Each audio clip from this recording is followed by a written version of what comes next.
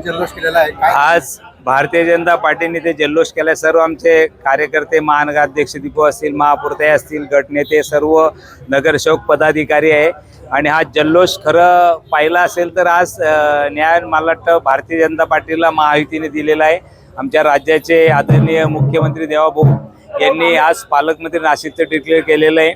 खरं पाहिलं असेल तर नामदार आमचे नेते गिरीश भाऊ हे पालकमंत्री सारखंच काम करत होते नाशिकमध्ये, पण मला वाटतं शेवट आपल्याला एक अर्धा प्रोटोकॉलनुसार जे पद लागतं ते आज खरं घोषित झालेलं आहे।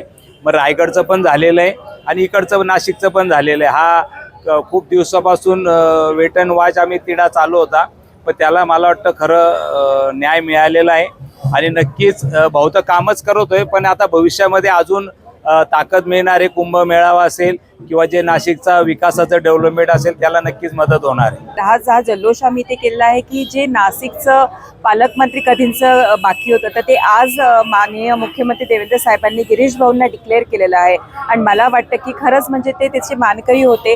गेल्या तुम्ही बघत असाल तर कधीपासून गिरीश भाऊंचं नाशिकमध्ये जे कुंभमेळावा आहे येत्या म्हणजे काही आपल्या पुढच्या वर्षात जे येणार आहे त्यासाठी सातत्याने ते काम करत होते, पण आज कुठेतरी जाऊन आपल्या महायुतीने जे न्याय दिलेला आहे आणि जे पालकमंत्रीचं पद आहे गिरीश भाऊंना मिळालं आहे, त्यामुळे उत्साहाचं वातावरण आमचं आपलं सर्व जळगावचं भाजपाचं कार्यकर्त्यांमध्ये आहे। महाराष्ट्राचे मुख्यमंत्री माननीय देवेंद्रजी फडणवीस यांनी अतिशय योग्य वेळी माननीय नामदार गिरीश भाऊ महाजन यांची नाशिकचे पालकमंत्री म्हणून आज रोजी अधिकृत घोषणा केली।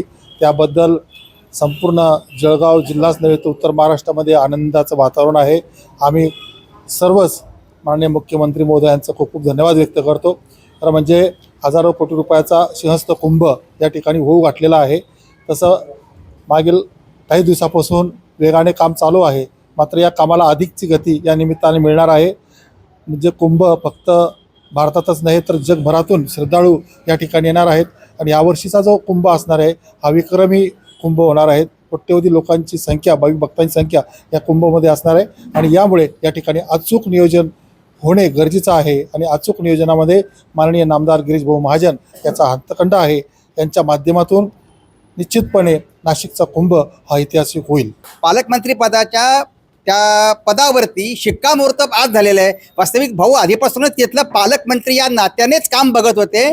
सगळी तिथली रूपरेषा जी आहे त्या ठिकाणच्या असलेल्या विकास कामांची ही भाऊने अगोदरपासून लावली होती। आज फक्त त्या घोषणेवरती जे आहे हे शिक्कामोर्तब झालेलं आहे। आम्हा सगळ्या कार्यकर्त्यांना याचा अतिशय आनंद आहे। आमच्यावर सर्व भक्तांना, वारकऱ्यांना हा आज पांडुरंग पावला आमचा विठ्ठल गिरीश भाऊ महाजन यांना आज नाशिकचं पालकमंत्री पद मिळाल्यामुळे आम्हाला सर्व कार्यकर्त्यांना मनापासून आनंद झाला।